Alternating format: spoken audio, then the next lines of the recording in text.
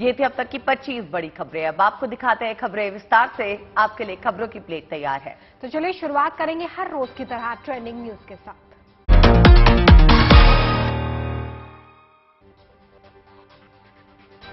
महंगाई और दूसरे मुद्दों पर संसद के दोनों सदनों में विपक्ष का विरोध। हंगामे की वजह से सदन को करना पड़ा स्थगित। असम में बड़े टेरर मॉड्यूल का पर्दाफाश, 2 मदरसों से 8 संदिग्ध गिरफ्तार। बंगाल के शिक्षक भर्ती घोटाले के आरोपी पार्थ चैटर्जी की बढ़ेगी मुश्किलें। मंत्रिमंडल से बाहर होने के बाद पार्टी से भी हो सकते हैं बाहर। जोरहाट में रनवे से फिसला इंडिगो का विमान, सभी 98 यात्री सुरक्षित। राजस्थान के बाड़मेर में मिग विमान क्रैश, पायलट्स के शहीद होने पर रक्षा मंत्री ने जताया शोक। चलिए करेंगे लंच टाइम की शुरुआत। सरहदों की हिफाजत की चुनौती से निपटने के लिए 2 नए हवाई योद्धा नौसेना में शामिल हुए हैं। समुद्री सीमा को दुश्मन की नजरों से बचाने के लिए सिर्फ समुद्र की सतह पर निगरानी काफी नहीं होती। नौसेना हर वक्त हवाई निगरानी के जरिए दुश्मनों की हर हरकत पर नजर रखती है। अब ये 2 नए आसमानी लड़ाके नौसेना की निगरानी की ताकत को और ज्यादा बढ़ाने वाले हैं। पूरी खबर आपको इस रिपोर्ट में दिखाते हैं।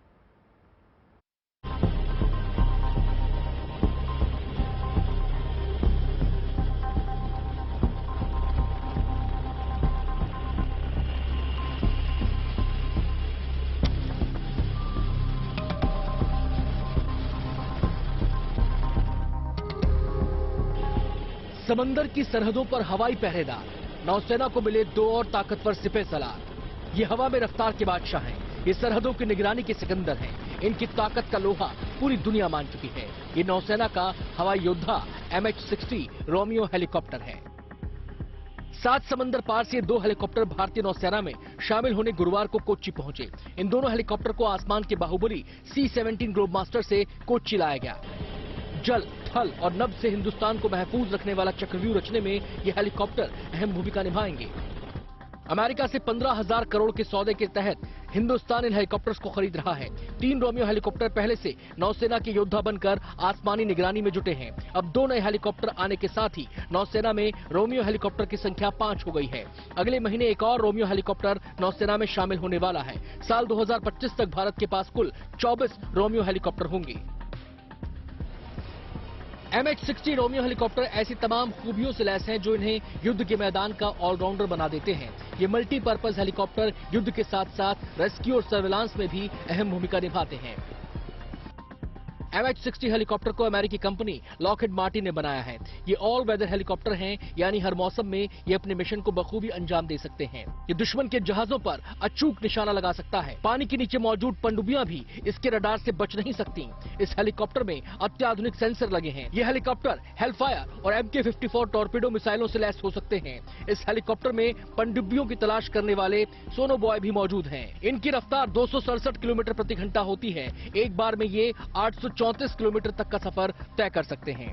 इस हेलीकॉप्टर की खास बात यह भी है कि इसे एयरक्राफ्ट कैरियर के साथ साथ फ्रिगेट जहाजों से भी ऑपरेट किया जा सकता है। ये आधुनिक हेलीकॉप्टर नौसेना के सी किंग हेलीकॉप्टर की जगह लेंगे। हिंदुस्तान की सरहदें 3 तरफ से समंदर से घिरी हैं। यही वजह है कि समंदर में सेना की चुनौतियां भी बड़ी हैं। अब इन चुनौतियों को पूरा करने के लिए नौसेना के पास रोमियो हेलीकॉप्टर की ताकत है। आने वाले वक्त में इन हेलीकॉप्टरों की फौज हिंदुस्तान के समंदर को दुश्मन से पूरी तरह महफूज कर देगी। Bureau report, good news today.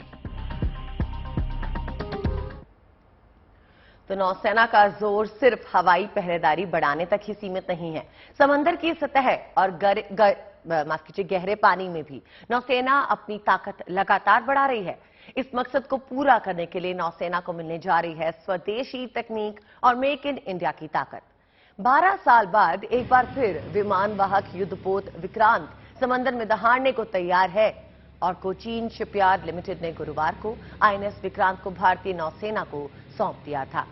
अगले महीने स्वतंत्रता दिवस के मौके पर इसे नौसेना में जंगी बेड़े में शामिल किया जाएगा। बता दें आपको, विक्रांत सेना में गेम चेंजर का काम करता नजर आएगा। कोचीन शिपयार्ड से नौसेना को इसे सौंपा जाना है और 15 अगस्त की तारीख जो दी गई है उसी पर ये नौसेना को मिलने जा रहा है। मकसद होगा ये कि नौसेना को स्वदेशी तकनीक और मेक इन इंडिया की तहत ताकत मिले और भारत को अपनी नौसेना को शक्त करने का मौका मिले।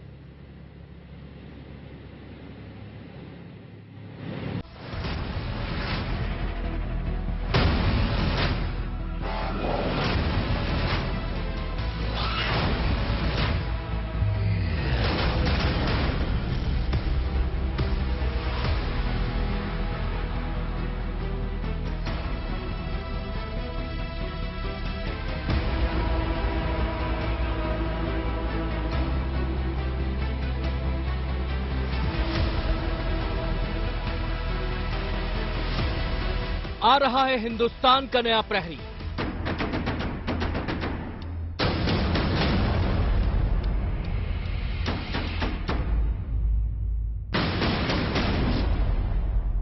आईएनएस विक्रांत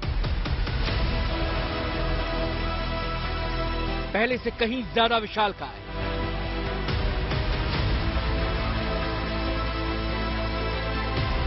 पहले से कहीं ज्यादा शक्तिशाली,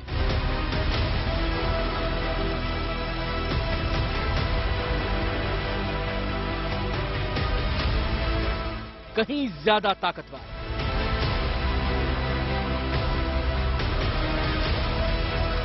भारत के पहले सर्वशक्तिमान विमान वाहक युद्धपोत का नया अवतार 1971 की जंग में जिसके नाम भर से पाकिस्तान की नौसेना खौफ से भर गई थी। 1997 में रिटायरमेंट से पहले लगातार 36 सालों तक दुश्मनों के लिए खौफ का दूसरा नाम रहा आईएनएस विक्रांत। और अब समंदर में भारत के उसी दबदबे को बढ़ाने के लिए तैयार है नया विक्रांत, पूरी तरह मेड इन इंडिया, आत्मनिर्भर भारत की शान, जिसके हवाले होगी समंदर की सुरक्षा। नौसेना की कमान संभालेगा समंदर का ये नया सेनापति। कोचीन शिपयार्ड लिमिटेड ने गुरुवार को विक्रांत को नौसेना को सौंप दिया। भारतीय नौसेना को सौंपा गया देश का पहला स्वदेश निर्मित विमान वाहक पोत IAC-1 है।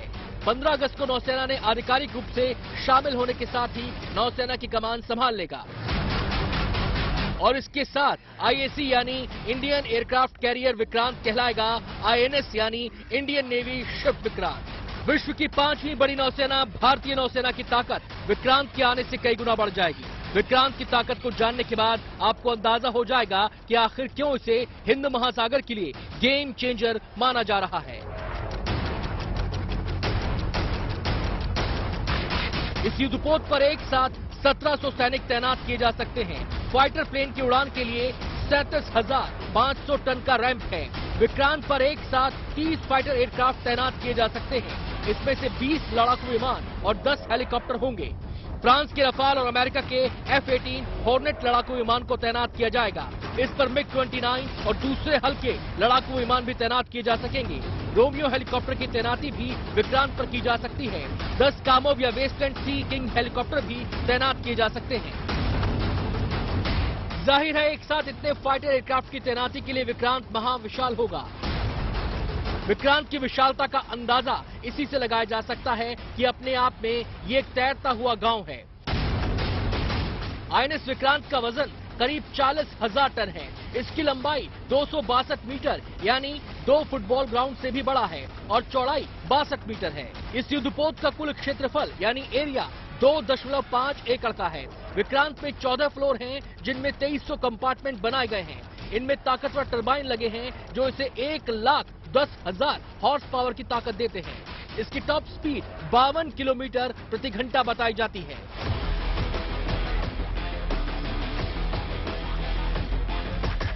विक्रांत 52 किलोमीटर प्रति घंटा की रफ्तार से समुद्र की लहरों को चीरकर एक बार में 15,000 किलोमीटर की यात्रा कर सकता है। यानी ये हिंद महासागर में चीन के दबदबे को चुनौती देने में सक्षम है। INS विक्रांत की नौसेना में तैनाती ऐसे वक्त होने जा रही है जब भारत और चीन कई मोर्चों पर विवाद से जूझ रहे हैं। हिंद महासागर में चीन का बढ़ता प्रभाव भारत ही नहीं बल्कि पूरी दुनिया के लिए चुनौती बनकर उभरा है।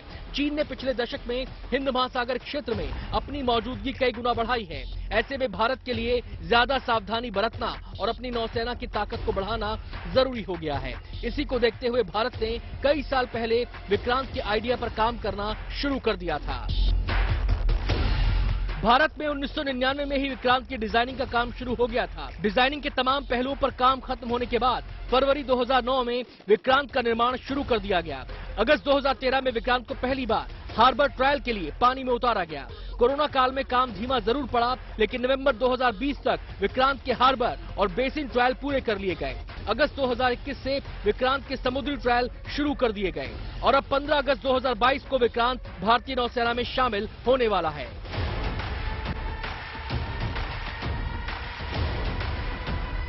विक्रांत के शामिल होने से भारतीय नौसेना के बेड़े में अब 2 विमान वाहक युद्धपोत हो जाएंगे। आईएनएस विक्रमादित्य के साथ आईएनएस विक्रांत की जोड़ी भारत की समुद्री सुरक्षा को अभेद्य बना देगी।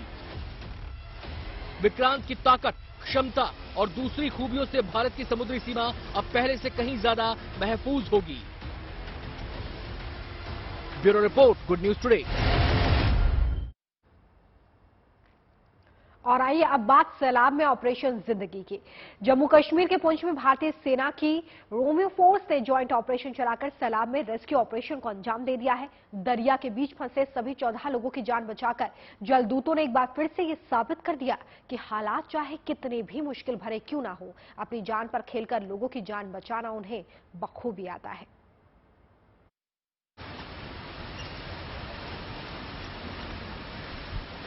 पानी की इस तेज रफ्तार को देखकर किसी का भी कलेजा कांप उठेगा।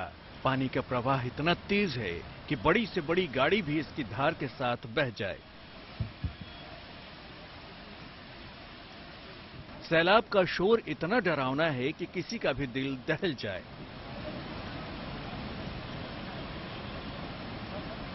तस्वीरें जम्मू कश्मीर के पुंछ जिले की है, जहां इस जल प्रलय में 14 जिंदगियां फंस गई थीं। बचाव का कोई रास्ता नजर नहीं आ रहा था और तब जम्मू कश्मीर पुलिस और एसडीआरएफ के साथ भारतीय सेना ने इन लोगों को रेस्क्यू करने का बीड़ा उठाया। ज्वाइंट रेस्क्यू ऑपरेशन चलाकर बच्चों समेत सभी 14 लोगों को सकुशल सुरक्षित निकाल लिया गया। एक हमारा ज्वाइंट ऑपरेशन है, हमारे डी साहब के डायरेक्शन से, तीसरा साहब की हमें गाइडेंस है। इसके अलावा हमारे एसएचओ साहब हैं, कंसर्न एसएसपी हैं, डीएसपी हैं, जो यहाँ पे डिप्लॉयड यूनिट्स हैं, आर्मी यूनिट्स, उनके घातक कमांडोज हैं। इन्होंने बहुत हेल्प की है हमारे यहाँ पे लोगों को रेस्क्यू करने में। पुंछ में शेर कश्मीर पुल के नीचे बह रही नदी खतरे के निशान से ऊपर बह रही थी। मूसलाधार बारिश से नदी में सैलाब आ गया, जिससे तेज बहती दरिया के बीचों बीच ये लोग फंस गए थे, जिसके बाद बड़ा रेस्क्यू ऑपरेशन चलाया गया। नदी के दोनों किनारों पर रस्सी बांधी गई। उसके बाद सेना के जवानों ने बारी बारी से पानी के तेज बहाव के बीच से लोगों को निकालने का काम शुरू किया। एक एक करके लोगों को पुल के नीचे लाया गया। पुल से एक लंबी सीढ़ी लगाई गई और धीरे धीरे एक एक करके लोगों को पुल पर भेजा गया। लोग जो ये प्लस नदी या जो कि अपना ये दरिया के बीचों बीच फंस गए थे और दोनों तरफ से पानी इतना आ गया था कि इनको रेस्क्यू जल्दी से जल्दी करना ही जरूरी था और इन लोगों को रेस्क्यू कर दिया गया। और पुंछ में ये 2014 की तरह के हालात बनते हुए दिख रहे हैं कि अगर ये बारिश जो चल रही है लगातार, अगर ये नहीं रुकी तो शायद फिर हमें वो 2014 वाला जो मंजर है वो देखने को ना मिले। देश के कई इलाकों में इन दिनों बाढ़ बारिश से हालात गंभीर हैं और ऐसी ही मुश्किल हालात के बीच जलदूत मिशन जिंदगी को अंजाम दे रहे हैं। अपनी जान की परवाह न कर दूसरों की जान बचाने में जुटे हैं।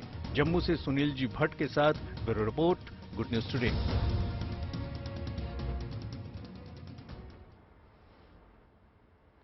पहाड़ों पे हो रही बारिश का असर मैदानी इलाकों में भी दिखने लगा है। वाराणसी में गंगा नदी के जलस्तर में बढ़ोतरी लगातार जारी है। पिछले 24 घंटे में गंगा के जलस्तर में 72 सेंटीमीटर की बढ़ोतरी दर्ज की गई। 84 घाटों का संपर्क पूरी तरह से कट गया है। वहीं वरुणा नदी के जलस्तर में भी बढ़ावा देखा जा रहा है। तटवर्ती इलाकों में रहने वाले लोगों को जिला प्रशासन ने एहतियात बरतने के निर्देश दे दिए हैं। बृहस्पतिवार को लगातार तीसरे दिन दशामेश घाट पर गंगा सेवा निधि की ओर से होने वाली आरती का स्थान बदल दिया गया क्योंकि यहां पर भी जल स्तर जो था वो बढ़ने लगा था।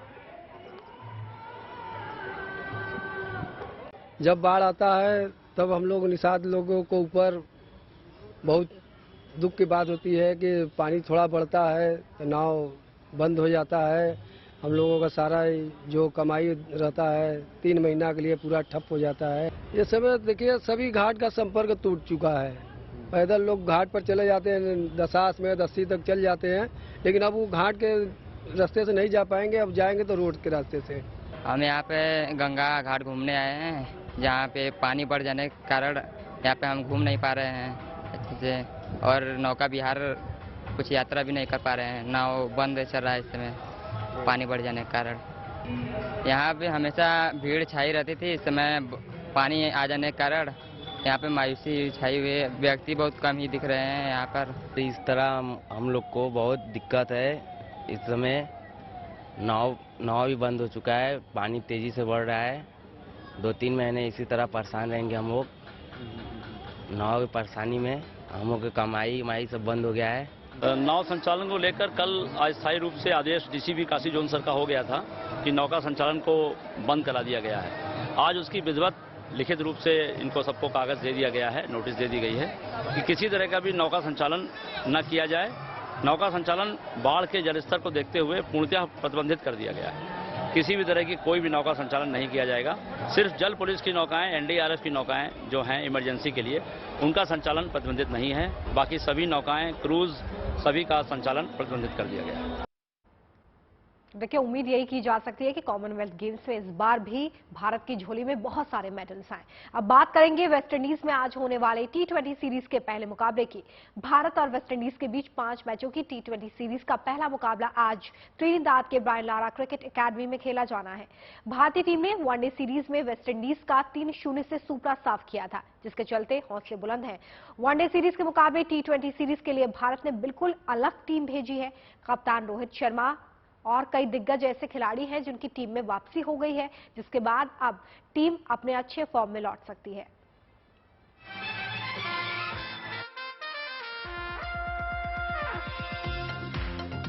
उनचालीस साल में पहली बार वेस्टइंडीज को वेस्टइंडीज की धरती पर वनडे सीरीज में धूल चटाने के बाद अब बारी T20 की आई है। वनडे में धवन की कप्तानी में धमाल के बाद अब बारी हिटमैन रोहित की कप्तानी में T20 सीरीज पर कब्जे की आई है। भारतीय टीम अपने दिग्गज खिलाड़ियों की मौजूदगी में आज से शुरू होने वाले 5 मैचों की T20 सीरीज में दमदार आगाज करना चाहेगी। बल्ले और गेंद से धाकड़ प्रदर्शन करके टीम इंडिया लगातार दूसरी सीरीज में क्लीन स्वीप करने के इरादे से आज पोर्ट ऑफ स्पेन के मैदान पर उतरेगी। T20 वर्ल्ड कप में 3 महीने से भी कम का समय बचा है। इन 3 महीनों में कप्तान रोहित शर्मा और कोच राहुल द्रविड़ को अपनी कोर टीम पक्की करने के लिए करीब 16 मैच मिलेंगे। इसमें वेस्टइंडीज के खिलाफ 5, एशिया कप में अगर भारत फाइनल खेलता है तो 5 मैच, ऑस्ट्रेलिया के खिलाफ 3 मैच और दक्षिण अफ्रीका के खिलाफ 3 मैच शामिल हैं। No, it's always nice to have some time off and get refreshed. So of course I'm pretty excited to be back playing. Can't wait to get the series started. It's going to be an exciting one and at the same time a challenging one as well, because we do understand the potential that the West Indies team has, particularly in this particular format. They cherish playing this format and it's going to be a challenging one for us, but yeah, at the same time, talking about our guys, I think everyone's looking ready to go. So yeah, we'll try and work out some things and try and achieve something from this series as well, because that's always been our goal, to achieve something from the series that we play and keep moving forward. भारतीय team इस series में favourite मानी जा रही है। अगर team series के 5 मुकाबले जीत जाती है तो एक नया रिकॉर्ड अपने नाम कर लेगी। रोहित एंड कंपनी वेस्टइंडीज को उसे घर में सबसे ज्यादा T20 मैच हराने वाली टीम बन जाएगी। अभी इंग्लैंड ने वेस्टइंडीज में सबसे ज्यादा 6 T20 मुकाबले जीते हैं। वहीं दूसरे नंबर पर पाकिस्तान की टीम है, उन्होंने भी 6 मैच अपने नाम किए हैं। भारत ने अभी तक वेस्टइंडीज के खिलाफ उनकी धरती पर 4 मैच खेले हैं और टीम को 2 में जीत और 2 में हार का सामना करना पड़ा है। ऐसे में पूरी टीम का फोकस 5 मैच जीतकर नंबर 1 बनने का होगा। 5 मैचों की T20 सीरीज का पहला मुकाबला आज त्रिनिदाद के ब्रायन लारा क्रिकेट अकादमी में खेला जाएगा। भारतीय टीम ने वनडे सीरीज में विंडीज का 3-0 से सूपड़ा साफ किया था, जिसके चलते उनके हौसले काफी बुलंद है। भारत के पास टॉप ऑर्डर में रोहित शर्मा, ऋषभ पंत, श्रेयस अय्यर, वहीं पहले से मिडिल ऑर्डर में सूर्य कुमार यादव, हार्दिक पांड्या, दिनेश कार्तिक जैसे मैच विनर बैट्समैन मौजूद हैं। गेंदबाजी में रविचंद्रन अश्विन, भुवनेश्वर कुमार जैसे अनुभवी प्लेयर्स मौजूद हैं। कुल मिलाकर टीम इंडिया का कॉम्बिनेशन कमाल का है, जिससे पार पाना वेस्टइंडीज के लिए आसान नहीं होगा। हालांकि वनडे सीरीज में मिली 3-0 से शिकस्त के बाद निकोलस पूरन की कप्तानी में वेस्टइंडीज टीम अब इस छोटे फॉर्मेट में कमबैक करना चाहेगी। कैरिबियाई टीम में खतरनाक बल्लेबाजों की कमी नहीं है और शिमरन हेटमायर, ओडियन स्मिथ जैसे खिलाड़ी टीम में लौटे हैं। Bureau report, good news today. चलिए अब आपको लंदन में बने बंदर का वो ठिकाना दिखाते हैं जो न केवल एडवांस्ड है बल्कि बंदरों को काफी पसंद आ रहा है। यहाँ बंदरों की खास प्रजाति को रखा गया है। आप देखिए मंकी वैली की ये तस्वीरें।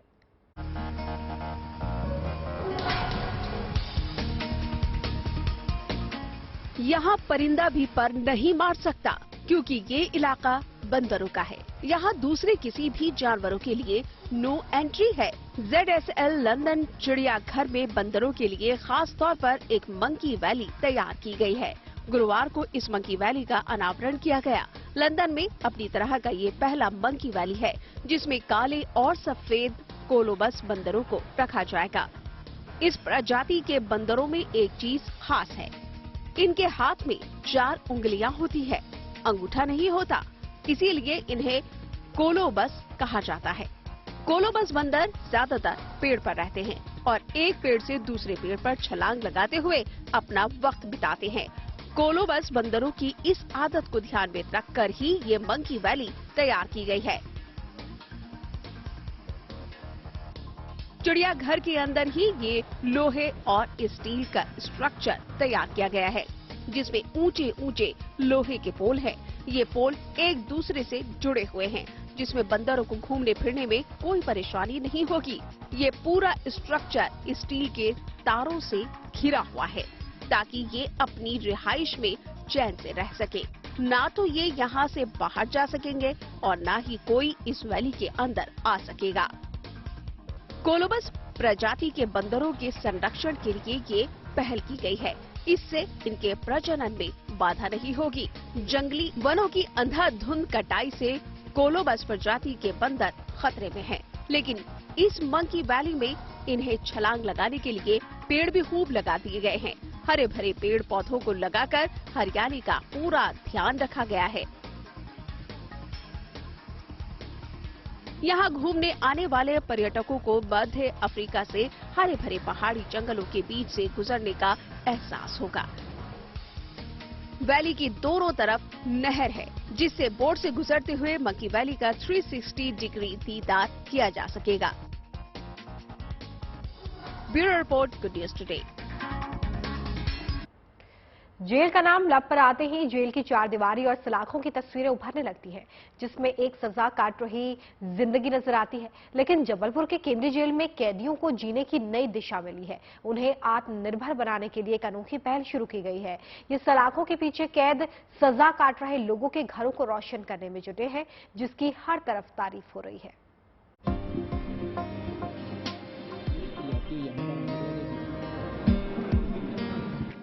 38 लोगों की टीम सफेद कुर्ता पाजामा और नेहरू टोपी पहने मिशन मोड में जुटी है एलईडी बल्ब बनाने में। इनमें से किसी का ये पेशा नहीं है, सभी कैदी हैं जो अपने अपने गुनाहों की सजा काट रहे हैं, पर अब ये सब अपनी एक अलग जिम्मेदारी निभा रहे हैं। इस टीम में हर किसी का काम बटा हुआ है। किसी को बल्ब में चिप लगानी है, कोई चिप को चेक करता है, किसी को तार फिट करने हैं, किसी को पूरा बल्ब असेंबल करना है।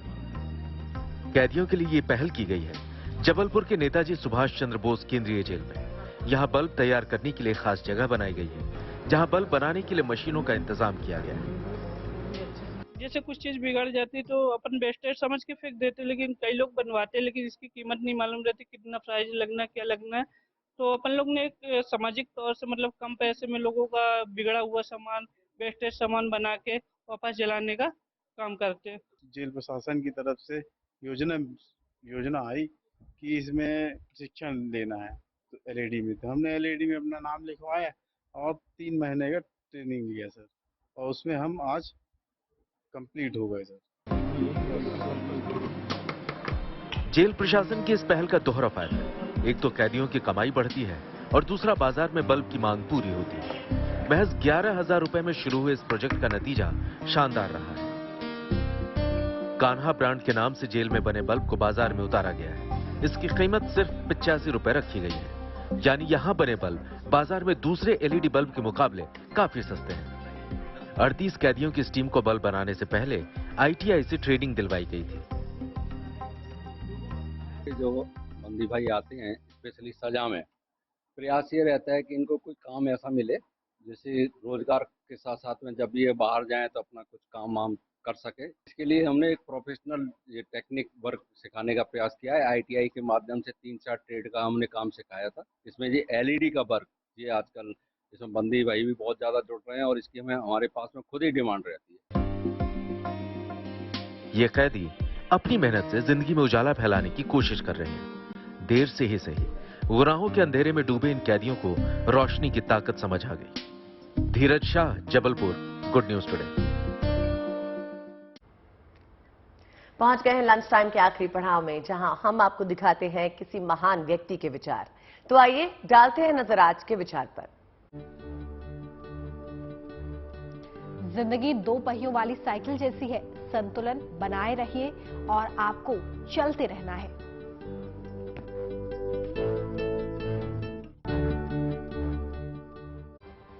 उम्मीद करते हैं कि आज के लंच टाइम में आपको पेट भर जानकारियां मिल गई होंगी। जी, और अब आपसे मुलाकात होगी पूरे 2 दिन बाद, यानी सोमवार को। तब तक के लिए हमें दीजिए इजाजत और आप देखते रहिए GNT यानी गुड न्यूज टुडे।